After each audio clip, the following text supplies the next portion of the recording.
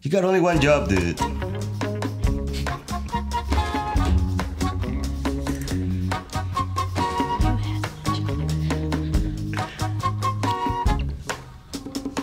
Welcome, Allison. Episode número 33. 33. Wow, we're getting older. I know. So what are we going to talk about today? So it is my favorite time of the year. Christmas. Thanksgiving? No. Why do you skip Thanksgiving? Listen, I don't skip Thanksgiving, but you don't need an entire month for Thanksgiving. You should be thankful every day. Well, you know that in Venezuela, we don't celebrate Thanksgiving. Now, I've been celebrating... Well, I guess you wouldn't. It's an American holiday. So for us, when I moved to the country, like all we watch is what we were fed on television, but we didn't really. I never really had that sense of cultural things. So okay. So, do you celebrate Thanksgiving now that you are? Oh, yeah. Now we do. Yeah, we could do the whole thing. We do the family. We do the turkey. So here's the question: How do you cook your turkey? Oven. The oven. Yeah. I've never deep fry. I probably one day will try to deep fry. But to be honest with you,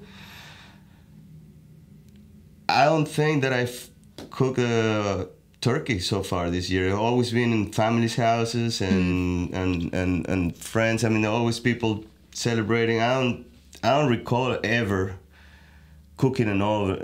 Actually, Elise is the one that cooks the turkey on the oven. You know what? I don't cook on Thanksgiving, and I love cooking. Don't get me wrong. I cook all the time, but I haven't. Now that I'm thinking about it, I haven't cooked. Do you? Do I cook on Thanksgiving? So we're out of town this year for Thanksgiving. So we're having Thanksgiving this Saturday at my house. Yeah. And we are air frying our turkey. Air frying? So good. We have a huge air fryer. So you're breaking all sort of traditions in all there. Traditions, except we still have my grandmother's dressing. So it's not stuffing. It's dressing. How do you feed a turkey in an air fryer? Isn't the air fryers like? No, it looks like a pot that you would fry it in. Okay. Like it's round. Full disclosure: I don't own an air fryer. Well, you're missing out. That's what I heard. My mother's always told me like, you gotta get an air fryer. You gotta get an air fryer. I mean, I got so many stuff in the kitchen that. But yeah, so we're celebrating Thanksgiving this Saturday, but I may or may not have already decorated a bit for Christmas since I'm going to be out of town. But I'm excited about our guest because he owns a local Christmas tree farm. Okay. I thought you were going to keep talking about it. No. You want to hear him? Yeah. All right, let's hear what he got to say, Glen. And welcome, Glen Miller. How you doing today, sir? I'm good. How are you guys? Thanks for having me.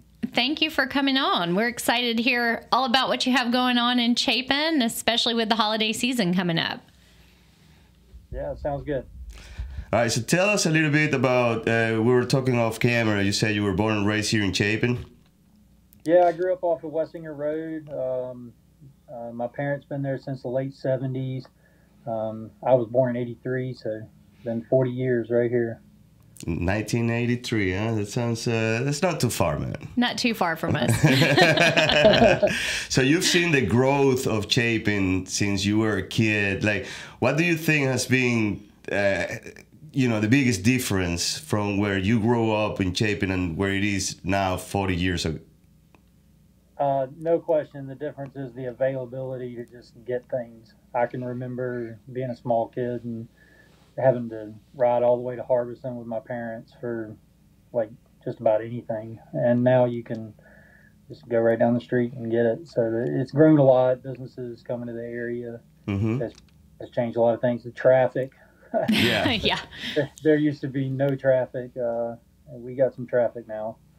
Yeah, we do. It's still not as bad as it sounds, to be honest with you. I've been in places where the traffic is just completely horrible. From 1 to 10 being 10 grit luck, I would say we're still at a 4 or 5. So I have a very high bar. I know for... I was going to say, it all depends on what you're used to. I grew up in a small town in South Carolina, very similar to Chapin, and I've been here 10 years, but to me, Glenn, the traffic is bad as well. But I mean, it's changed a lot since the 90s. Yeah, so, absolutely. Back then it was... Glenn, and talking about the business growth and the availability, you yourself have a business running right now in Chapin, right? That's a Lakewood Tree Farm? Yes. So we started a Christmas tree farm back in 2019. Mm-hmm. You know, it takes a long time to get something like that up and going, but we'll open this year for our first time, day after Thanksgiving, and we'll remain open until we sell out, but we're going to see how it goes. All right, so you basically plant some Christmas trees in your land, let them grow, and then let people cut them off during this time of the year so they can bring it down to their houses, correct? That's correct. We are a choose and cut Christmas tree farm. We plant roughly 300 trees a year, and our goal is to have around 2,000 trees on the property to choose from once our footprint is completely filled out. Right now we have 1,300 trees. I'll plant 2 more times to get us up to that 1,900 mark, and if I can squeeze in another 100, we'll hit our 2,000. We won't be doing any of the choose and cut this year. I'm going to bring in Fraser firs from North Carolina, which is a very popular tree that people want. So we'll have those available this year, and then next year I'll have those in addition to the ones we're growing, which are Lakewood and Murray cypress. People will be able to come out and go out into the field and find the one they like and cut it down themselves, and we'll net it up for them and help them get it on the way to their house. So I would assume the average size tree would be 6 feet and up that someone would be looking for in their home. How long is the growth period to get the tree from, say, a sapling to where it's ready to cut to go to someone's home for Christmas? So the trees I grow are a little faster than Fraser firs. We'll start with the ones that I grow.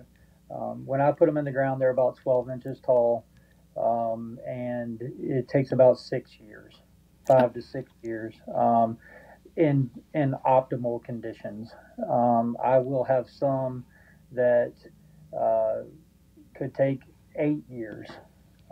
It'll just depend on the soil that it was planted in and the sun that it gets and the root system it forms. So it could take anywhere from 6 years to probably 8 years to get one of the ones that I grow ready for sale.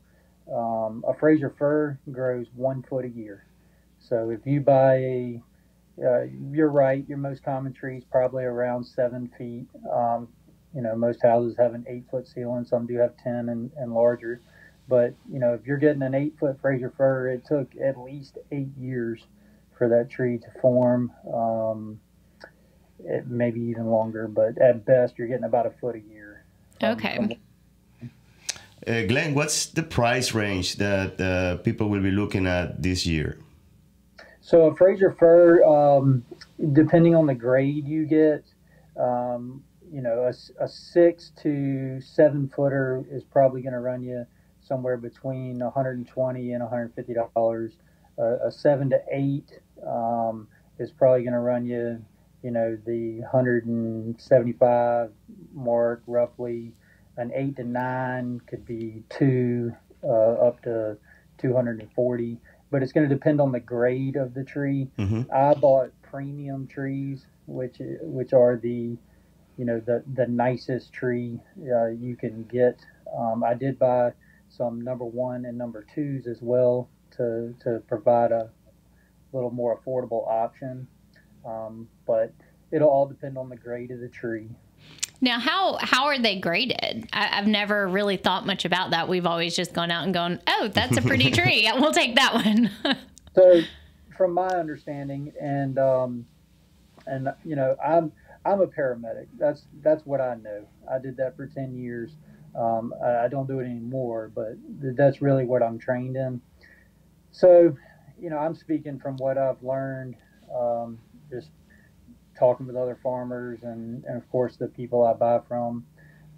But you said, you look for the pretty tree. Trees are graded more on their appeal than their height. As the height gets taller, of course, the cost goes up. But a premium tree would be a perfect tree. Everybody's probably been out to a tree farm and saw a tree and they said, I really like this one. We'll just have to put this part of it in the corner, because it's got a big open spot or something like that. So a premium tree, you're not gonna have to do that. It's gonna be perfect all the way around from top to bottom. Okay. A number one is pretty much the same thing, and then a number two, that's going to be that tree that you're going to say, I really like this part of the tree. I think it'll look good in my house because I can hide that part in the corner. Mm-hmm. But that's the easiest way I can explain it, and that's the way it was explained to me when I was doing my research on it. So what's the highest quality, best tree, the most premium one that you should have this year? It's a number 3. Do you have those? No, it would be called a number 1 or better, is what they call it. Some people also call it a premium. So it's in the category of a number 1. Mm-hmm. So if you want a perfect tree, you want that number 1 or better, or what some people call a premium. A number 2 would be, the one I described as maybe having a hole in the side, or something that you just want to kind of put off to the side. They do have number 3s. I didn't buy any of them, so I won't have any of those available. But that would be, I've never heard it put this way, but we'll call it the Charlie Brown tree. Hey, Charlie Brown trees need love too. Oh, they definitely do. They definitely do. So I'm curious. You said your background is in paramedics. How do you go from being a paramedic to a Christmas tree farm owner? Walk us through how that came about and what that looked like. Yeah, so I did 10 years as a paramedic. Injured my neck really bad when I was 33. Had neurosurgery. Decided to move on from that. Took an educator role for a hospital system. Did that for a number of years, and left when the pandemic occurred because our child's daycare was constantly shutting down, and it just became impossible for me to miss work anymore. My wife's a nurse practitioner, so with her having the better career, I took on taking care of my kids. And just before that happened, my wife had approached me and said, "Hey, we have this property. I want to start a Christmas tree farm." And I said, "Okay, well, if you want to do that," and I put the ball in her court. I said, "Why don't you find a wholesale tree distributor and get 15 trees, and we'll plant them and just kind of take a look at things and see how it goes." So she did that, and so we planted those little 15 trees, and about a month later, we said, "You know what, let's just do it." So we ordered 300 more, planted them, and we've done that every year since. And I've had more time on my hands, having left my job and being at home with my kids. She wanted a farm, and once it got rolling, I said, "You know what, this will be great for my kids." I have a 5-year-old and a 2-year-old. Let's see, when we started, Reagan was only a year old. Madison wasn't even born yet. But I began to envision it as a great opportunity to raise them up in an environment that is going to help them better understand life, basically, and spend more time with them. I can see how that facilitates, and I think that is going to be a little less stress for you rather than riding an ambulance or saving people's lives. Growing trees is probably. I think it's going to be a great vehicle to teach them about small business, hard work, get up at sunup, sometimes stop work at sundown. So growing things, you're not always in control, so they're going to learn. They're going to learn some things about that as well. So Glenn, Where do you get the knowledge for the tree farms? Like, how was that research? Do you have somebody that mentor you? Were you just like Googling and say, hey, you know what? I got the space, we got the wheel. Let's give it a shot. I'm gonna Google how to raise a tree farm. How did that happen? Where's that aha moment? So the first 3 years, I completely winged it. Mm-hmm.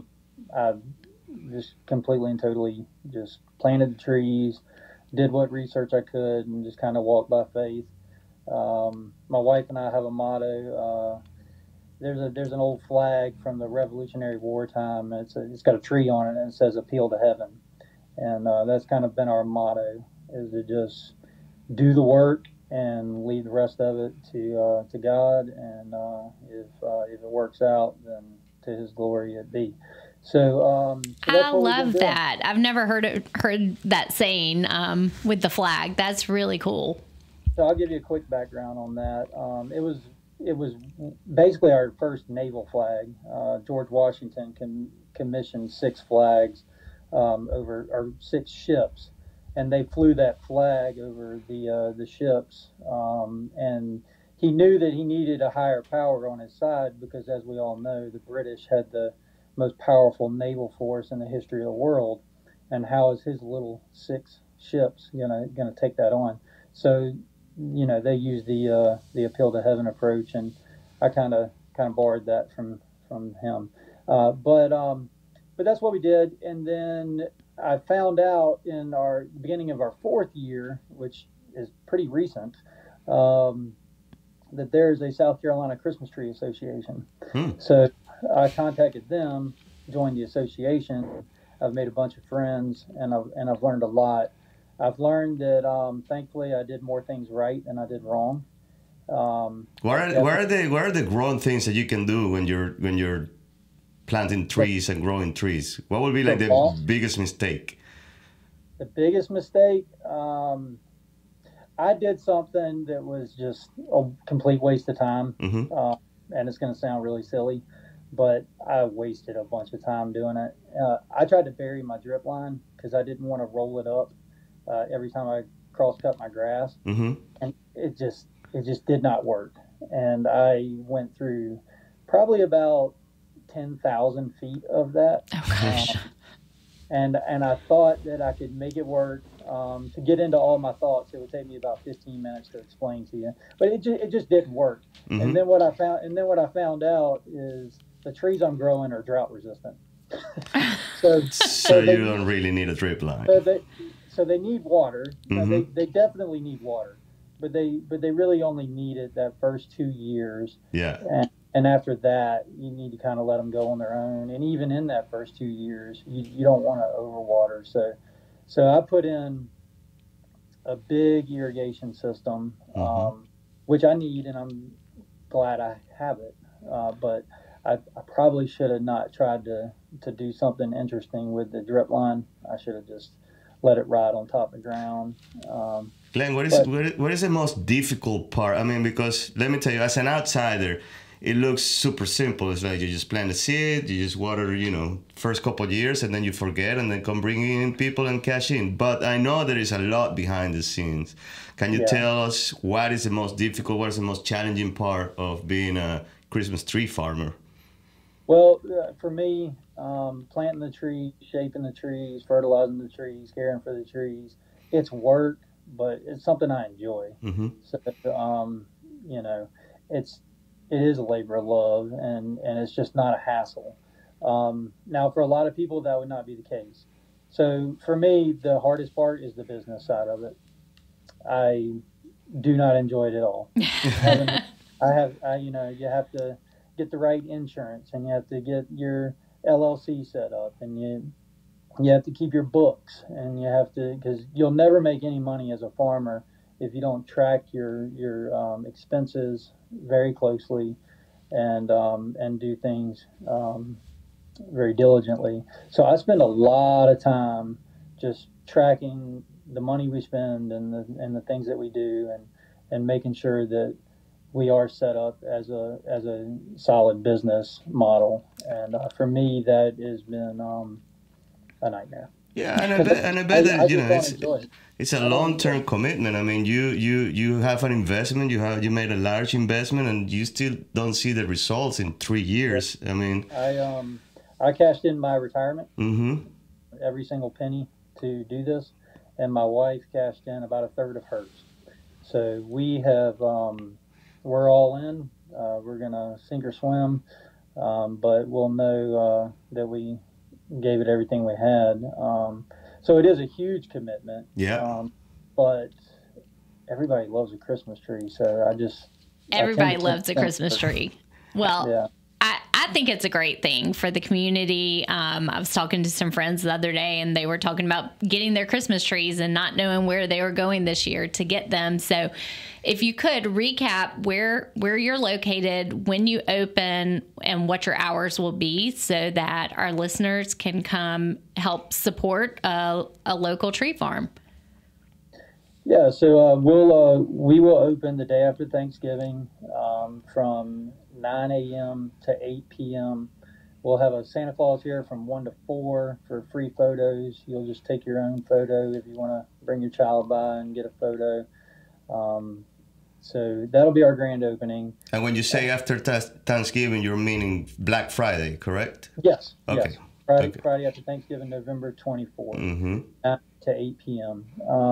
After that, we'll be open Monday through Saturday from 9 to 5:30, and on Sundays 1 to 5:30.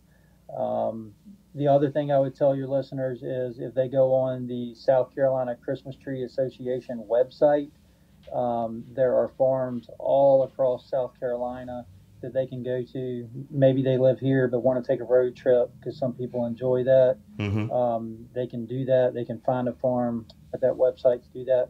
And then if your listeners don't live around here, they can find one close to them. One other thing we're doing on our grand opening weekend, we are donating all the profit from our wreath sales. We'll have Fraser fir wreaths. Everything we make on the Fraser fir wreaths, profit-wise, will go to Wreaths Across America. And we'll be laying veteran wreaths at cemeteries across the United States December 16th. Our locations are United Methodist Church off of Shady Grove Road. There's 60 sites there. And I also chose Fort Jackson and Arlington National Cemetery. So if anybody was to go on their website and join the Lakewood Tree Farm group, they can donate to any one of those three. And then again, if you come to us on our grand opening weekend, 100% of the profit from the wreath sales will go to Wreaths Across America. That's awesome. That's awesome. amazing. And that actually brings up another question. Besides trees and wreaths, what else are you going to sell over there?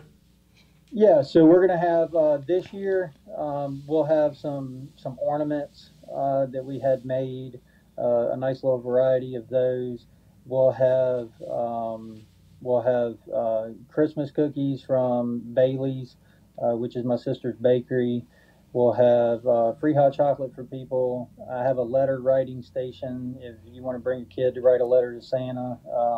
It's really cool little setup. Mm-hmm. And I have a friend with Rural Woodworks who's bringing out his wood art.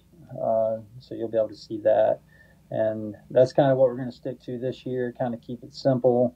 But it'll be a farm atmosphere, and looking forward to hopefully seeing some people come out and just enjoy their time. That sounds like a fun activity to do, just go ahead, pick up a tree, pick up other things, eat some cookies, and actually help community and, for a good cause as well. Yep, absolutely. Well, we wish you the best of luck, and I think you're going to do great.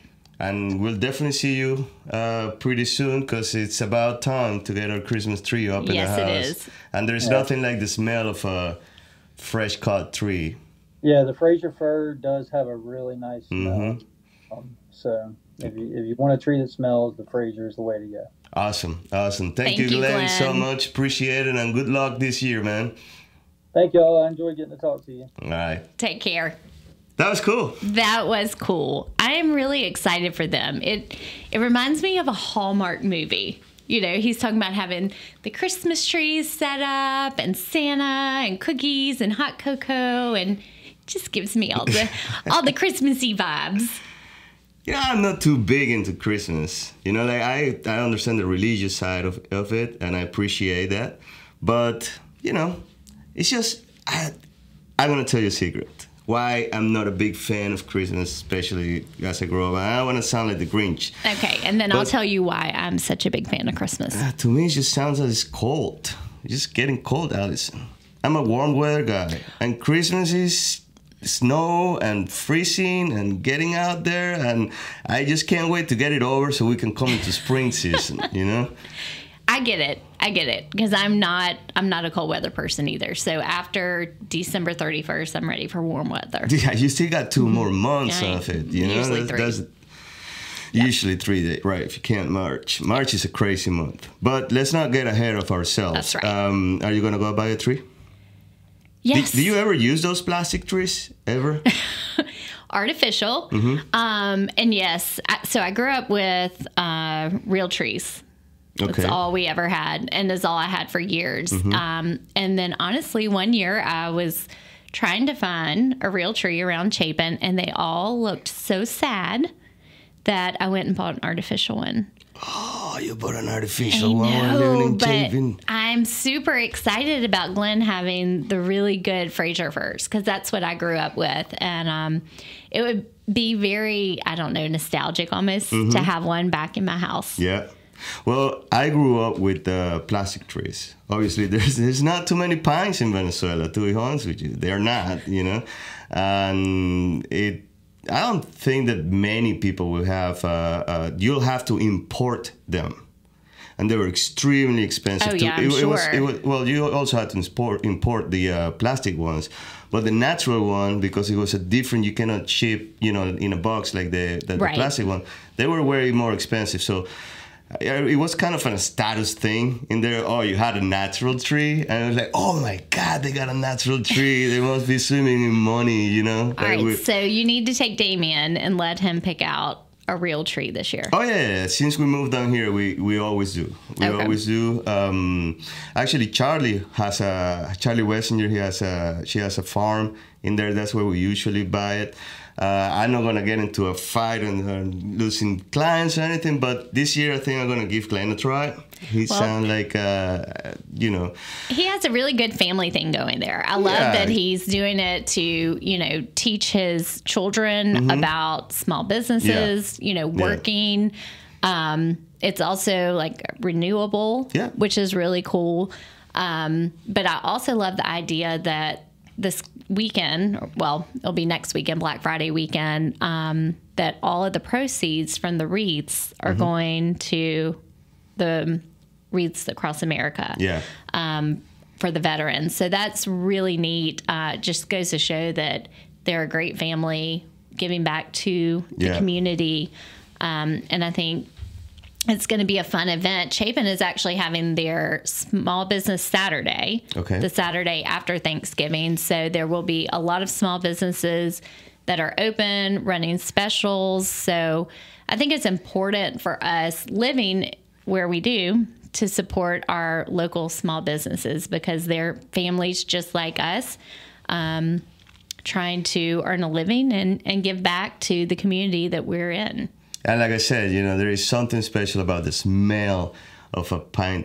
I love that smell, the pine inside the house. I really do. I'm going to buy you a Fraser for a candle. Hey, have you ever seen the Rockefeller tree, the Christmas tree, in person? No, it's on my bucket list. Since we went to New York a few months ago, now I'm like, I've got to go at Christmas. It's impressive. I was watching a video. I want to say it was yesterday or before yesterday. They're putting it up, and pretty much it's already up by now. And the logistics that it takes, putting that tree up, bringing that tree, cutting that, that's pretty cool. That's pretty cool. Hopefully, you know, they can. I don't know if they can grow one that big in here. Well, he said like just under a year a foot. So maybe once his kids are grown and have on the farm, they'll have one big enough for the Rockefeller tree. The Rockefeller tree, you know how high that can go? What's the average height? Is it 70 feet? Around that, right? So that's a 70-year tree, 75, give or take. It's a lot. Yeah. It's a long time. It is cool. Anyway, we're running out of time, Allison. As usual. But you're going to say goodbye? Goodbye. No. Y'all, please take a minute to check out the Instagram for Lakewood Tree Farm and see what they have going on. And if you're in the market for a Christmas tree, check them out next Friday, Saturday, Sunday. Goodbye.